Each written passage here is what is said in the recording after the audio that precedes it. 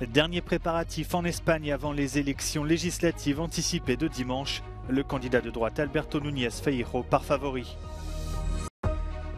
La Crimée est de nouveau ciblée par des attaques ukrainiennes. Ce samedi, un dépôt de munitions a été frappé sur le territoire annexé par Moscou en 2014.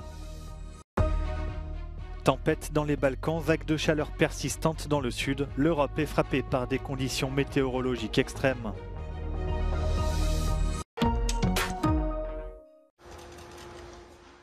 Dernier préparatif en Espagne avant les élections législatives anticipées de dimanche. Près de 2,5 millions d'électeurs ont déjà voté par correspondance dans un scrutin organisé pour la première fois en plein été. Ceux qui se rendront aux urnes devront braver la chaleur. Des températures pouvant atteindre les 38 degrés sont attendues. Ventilateurs et bouteilles d'eau ont été mis en place dans les bureaux de vote. Ces législatives ont été convoquées par le Premier ministre socialiste Pedro Sánchez au lendemain de la déroute de la gauche lors des élections locales fin mai. Malgré un bon bilan économique, le parti au pouvoir est à la traîne dans les sondages et devra s'allier à la gauche radicale pour obtenir une majorité absolue en cas de victoire. Donné favori, le candidat de la droite conservatrice Alberto Núñez Feijóo pourrait lui faire entrer au gouvernement le parti Vox d'extrême droite, ce qui serait une première dans le pays depuis la fin de la dictature franquiste en 1975.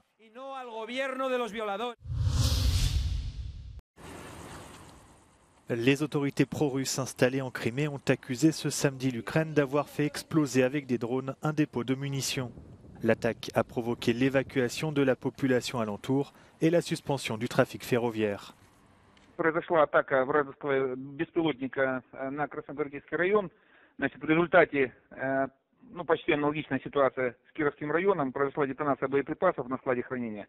Соответственно, исходя из ситуации, сложившейся, мной принято решение эвакуировать в радиусе 5 километров от эпицентра, соответственно, население. L'attaque a également provoqué pendant une courte durée la suspension du trafic routier sur le pont de Crimée.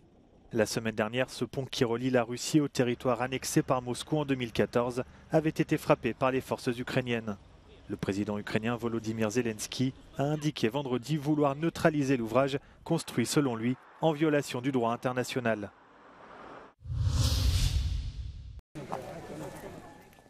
Le Premier ministre hongrois Viktor Orban s'est rendu au très politique festival de Tusványos en Transylvanie roumaine. Dans cette région où réside une importante communauté hongroise, le dirigeant a été accueilli par des manifestants nationalistes roumains. Viktor Orban este mâna dreaptă a lui Vladimir Putin, teroristul Vladimir Putin, care e dat în căutare internațională. Și Viktor Orban și cu Vladimir Putin, ei aduc aceeași programă de ocupare, anexare. Viktor Orban a évoqué les relations entre la Chine et les États-Unis et l'apparition, selon lui, d'un nouvel ordre mondial. A háború az nem elkerülhetetlen. Ennek az a föltétele, hogy a világ elmozdult egyensúlya helyett a világ képes legyen új egyensúlyt találni. A nagyoknak el kellene fogadni, hogy 2 nap van az égen. Orbán Viktor először 1998-ban beszélt a Szabad Egyetemen. Akkor frissen megválasztott miniszterelnökként az ország NATO csatlakozásának szükségességét hangsúlyozta. Most az Európai Uniót egy gazdag, de gyenge uniónak nevezte, amely körbekerítve érzi magát. Mint mondta, az EU egy kiöregedett boxbajnok, amely mutogatja az öveit, de a ringbe már nem akar beszállni. Kónya Rita, Euronews, Tusnádfürdő. Une nouvelle tempête s'est abattue sur les Balkans ces dernières heures. 3 personnes sont mortes en Serbie, selon les médias locaux. Sur ces images, vent violent et pluie balayent les rues de la capitale, Belgrade. La tempête a aussi touché la Slovénie et la Bosnie-Herzégovine, où d'importants dégâts ont été recensés dans le nord du pays.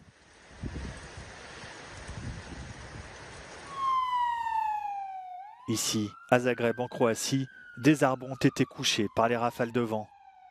Dans tous les pays concernés, des voitures et des bâtiments ont été endommagés. La tempête a également provoqué des coupures d'électricité. Le sud de l'Europe est lui toujours frappé par une vague de chaleur extrême. Sur l'île de Rhodes, en Grèce, de nombreuses personnes ont dû être évacuées par bateau à cause d'un feu de forêt.